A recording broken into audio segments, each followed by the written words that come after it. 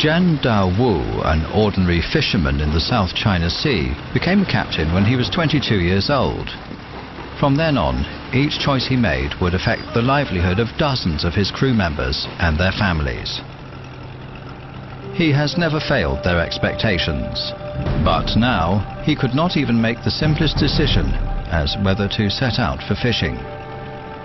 Jian Daowu never doubts about his competency as a good captain, and decades of sailing experience make Ganglu Bu take deep roots in his blood and veins.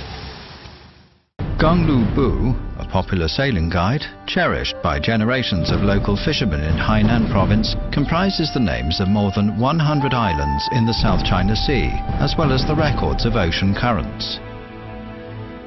It can also be concluded that Xisha and Nansha waters had already become fishing grounds for Chinese fishermen hundreds of years before. China was the first country to discover, name and explore resources in, as well as exercise jurisdiction over, the South China Sea islands.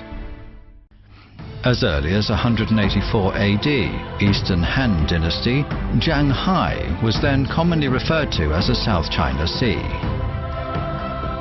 From 960 AD to 1279 AD in the Song Dynasty, the South China Sea was under the administration of Jiyang Army, Chongguan and Fu Dujian under Guangnan Shilu.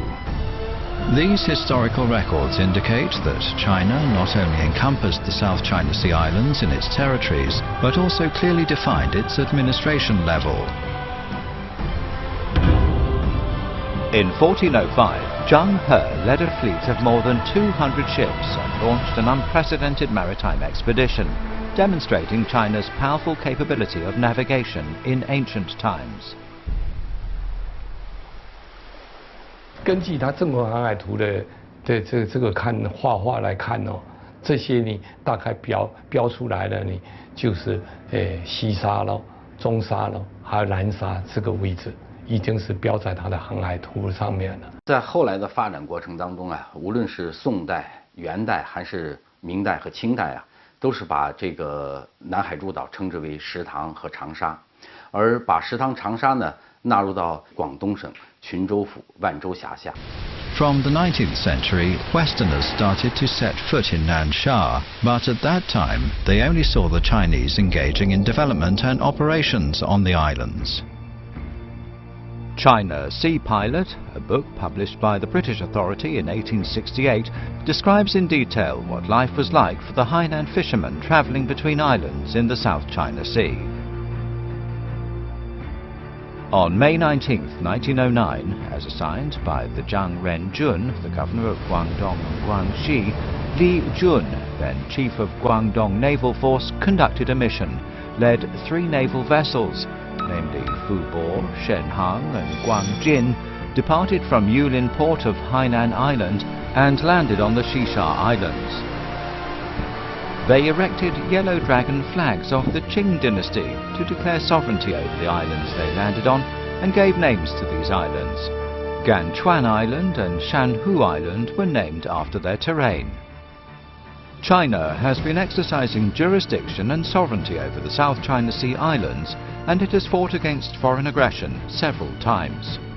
In February 1948, the Ministry of the Interior released the locations of South China Sea islands and declared to the international community both the names of the South China Sea islands and the dotted line. For a long period of time after the announcement was made, the whole international society, including other countries surrounding the South China Sea, have not expressed any objection. In the fishing grounds where Chinese fishermen worked generation after generation, foreign soldiers and armed fleets started to appear from the 1970s. From 1989 to 2010, there were more than 380 cases of attack, robbery, detention and shooting targeting Chinese fishermen, involving more than 750 vessels and 11,300 fishermen. In the early 21st century, the Philippines started to deny the existence of the dotted lines in the South China Sea, and disturbances started to rise in the peaceful South China Sea. A captain as he is, Jian Daowu finds it hard to envision the glory of Zheng He, who is also titled captain. In fact, there are more than 1.6 million Chinese fishermen who are also concerned about whether their sons and grandsons will have the chance to sail and work in the traditional fishing grounds. How can a life that lasted thousands of years be maintained?